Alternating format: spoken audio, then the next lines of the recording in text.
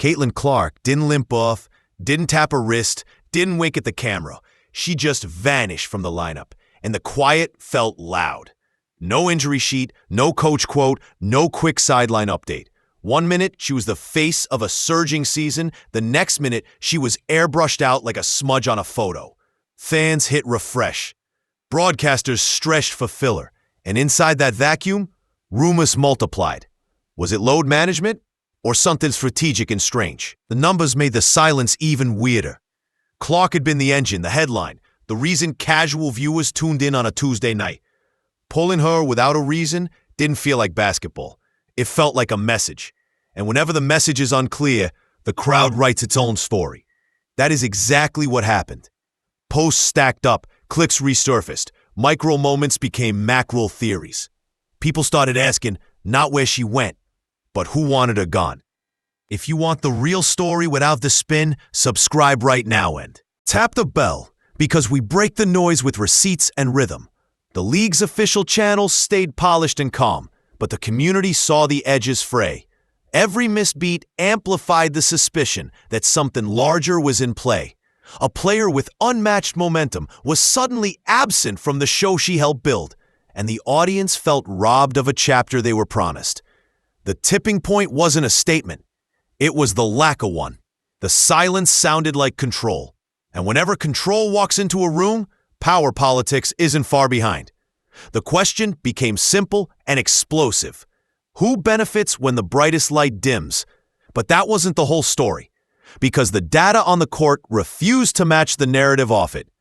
Clark's stat line didn't look like a candidate for a mysterious bench. Points, assists, gravity.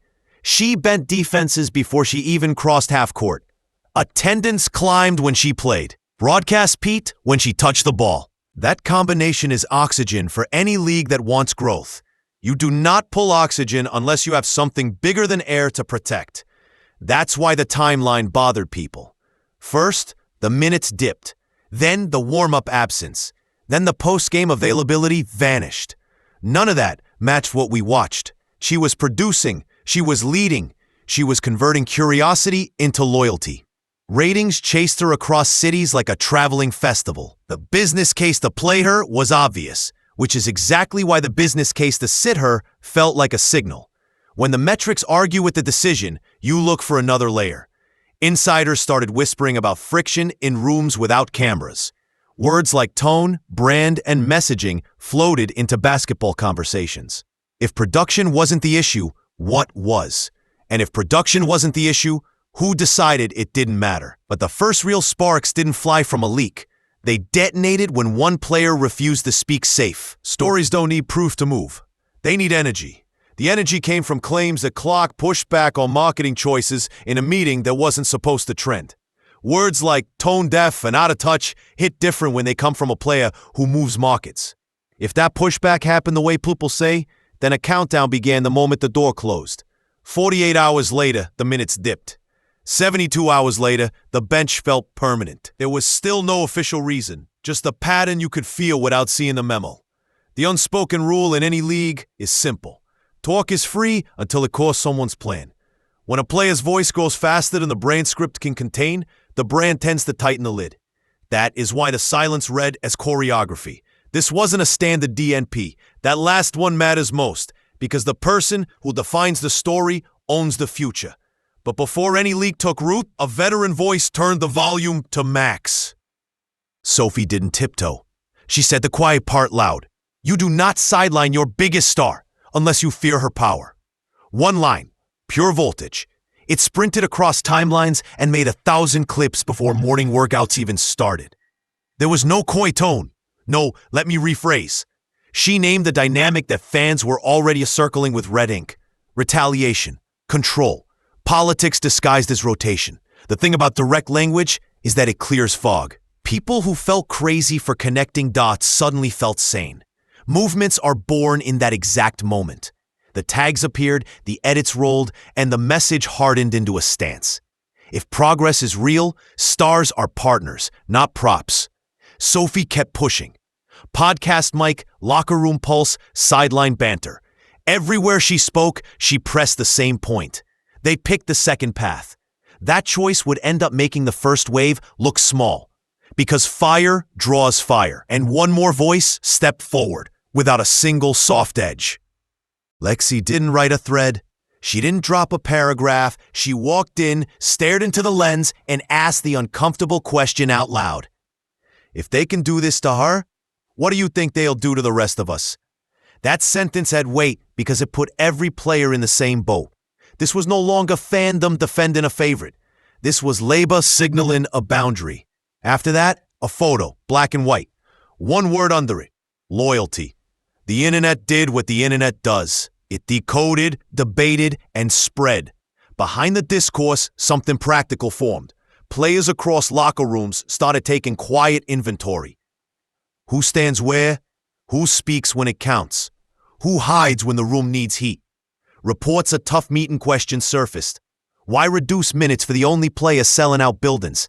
Why mute the microphone that brought no families into seats? That's exactly what happened next. Just not from the people everyone expected. Fans organized with the precision of a team in a playoff timeout. They clipped sequences where contact went uncalled. They posted minute charts that dot without explanation. They graphed engagement drops whenever Clark's name faded from official feeds. It wasn't a tantrum. It was a case file. Sports forums became war rooms. Comment sections became pressure valves. When thousands of people build the same narrative from different angles, institutions have two moves: address the specifics or dismiss the crowd as emotional. The league tried the second move. The statement finally arrived, engineered for calm. Strategic rotation. Trust the process. No names. No details. No acceptance that people had already done the homework. Whether the statement intended to, it poured gas on a fire that was already high. And when smoke gets that thick, sponsors start checking exits. But before money spoke in public, two voices did. And they did it with a steadiness that felt like a turning point. Sophie and Lexie sat down and didn't blink. No spice, no theater, just direct claims about treatment and priorities. The line that cut through everything was simple and cold. If this is how you treat the player who built your league, no one is safe. Safe is the key word. Audiences can forgive mistakes. They do not forgive a climate where speaking costs your minutes. Lexie followed with a sentence that sounded like a door closing. We've been told to stay quiet for too long. Not anymore. In that exchange, the dynamic flipped. The players were not petitioning for attention. They were stating terms. That is why the clip traveled beyond niche circles. NBA players echoed it. Reporters elevated it. Rivals tapped like. A quiet coalition stepped into daylight. The feedback loop turned positive for the voices and negative for the silence. Money and optics do not enjoy binaries, which is why the next signals came from places that calculate risk for a living. Merch dashboards do not lie. When interest cools, the slope dips fast. Reports of jersey sales slumping and tickets returning landed like a preview of a future nobody wanted. Brands noticed. They always do. The initial calls for clarification are polite, but the subtext is the same. We need stability if we're going to attach our name to your story. That is leverage, and leverage either wakes leaders up or makes them double down. The league chose calm repetition. The public heard evasion. The split widened. Media outlets that usually keep distance began writing deeper pieces on power and messaging in women's sports. Former players added context about fines, warnings, and being nudged to keep opinions tidy. The picture sharpened without a single internal memo escaping. That is the danger of vague communications in a transparent era. The problem inside the doors was not only economic, it was emotional, and emotions rule rooms before spreadsheets do. Teams felt the crack. Not dramatic shouting. Colder than that. The kind of chill where small talk goes quiet and eyes hunt for safe corners. Veterans measured their words. Young players tested their courage. It split along experience, not talent. Some chose comfort, some chose confrontation. Both choices cost something. Coaches tried to keep it basketball, but everyone knew the air had changed. When players wonder if honesty will shrink their minutes, the film session gets complicated. Leadership meetings get heavier. The league can call it noise. Inside, it's weight. Weight affects how you move. Every franchise has its own chemistry, and across several, the formula started to rewrite itself. That's why the joint interview mattered. It gave people a language for what they were feeling. Once a language exists, silence becomes a choice instead of a default. It was the audience's sense of fairness. And once that's involved, the plot can outrun anyone's control. Independent channels, podcasts, and writers started connecting dots with long-form patience. They mapped the arc from a one-line absence to a movement with teeth. They contrasted the promise of growth with the practice of control. They reminded everyone that women's sports thrive when athletes are treated as co-authors, not characters. The mainstream followed with careful language and cautious analysis. But the cumulative effect was pressure. You cannot sell inspiration while running a script that looks punitive. People feel contradictions faster than they parse them. This is why player-led narratives win. They carry the ring of truth even when details are disputed. The public recognizes risk. They reward it. The lesson sits right there. Empower the voice and the business follows. Mute the voice and the business pays a tax. The clock is running, and every day of drift makes the rescue harder. But a path exists, and it starts where the problem began. Every growing league balances two instincts: protect the brand or fuel the blaze. Protecting the brand feels safe, but it often shrinks it. Fueling the blaze feels risky, but it usually scales it. Clark's surge was a blaze. It brought new eyes, new spend, new stakes. If you try to manage a blaze like a candle, you smother it. The better move is to build a bigger room and let the light spill. That requires trust. And trust requires listening when the star says something urgent about the way you tell a story. A player who draws sellouts has earned the right to critique how those sellouts are invited. That is not arrogance. That is alignment. Sophie and Lexie saw the misalignment and said so.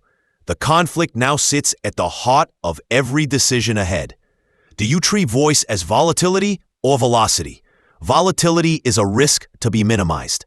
Only one of those fears should matter. But to get there, the people in charge have to want the same future the crowd already wants. There are 3 clean paths from here. 1, a reset with transparency. Admit missteps, clarify standards, restore minutes, and rebuild trust with clear commitments about player voice. 2, a stalemate of polite statements and quiet punishments that drags into the offseason and costs real money. 3, a confrontation that forces choices into the open, which could trigger union muscle, sponsor leverage, and media audits. The first path is the fastest to healing. The second is slow damage. The third is sharp and public. The forces already moving suggest that polite stalemate will not hold. The interview changed that. The ticket lines changed that. The sentiment charts changed that. People have tasted what the league looks like when the best play freely and speak plainly. You cannot put that back into a bottle without paying a price. If a correction happens, it will not be because of kindness. One more development could push everything faster than expected. A single on-camera acknowledgement from the top would move oceans. Not a slippery phrase. A clear statement that star voices are part of the product and will not be managed into silence. Pair that with visible action. Restore minutes. Open channels. Put players on the planning calls that shape how their stories are sold. Do that, and the temperature drops while the ratings rise. Do nothing, and the coalition strengthens. When younger players sense that unity works, they practice it. They learn to make noise together. That is powerful and healthy for athlete rights, but it will make every old control trick unusable. Sponsors prefer predictable honesty to glossy uncertainty. Media prefers real access to scripted lines. Fans prefer transparency to talking points. All of those preferences point the same direction. The next touch decides if it drops clean or rattles out. And that decision is closer than anyone thinks. Here is the truth that outlived the rumor cycle. The game grew because players made it irresistible. The cameras followed because the play demanded it. If you try to mute the voice that draws the lens, you do not win quiet. You'll lose gravity. Sophie and Lexie chose courage at the exact moment it mattered, and audiences recognized it. Whether every detail is confirmed or not, the pattern is clear. Growth loves honesty. Control hates daylight. Leagues that thrive choose daylight, even when it stings. If the people in charge step forward with clarity and partnership, This storm becomes a memory and the momentum returns bigger than before. If they do not, the community will keep the pressure on and the conversation will move without them. The next chapter starts soon, and when it does, you'll want to be here when the lights come up. And what happens next could rewrite how an entire league treats its stars.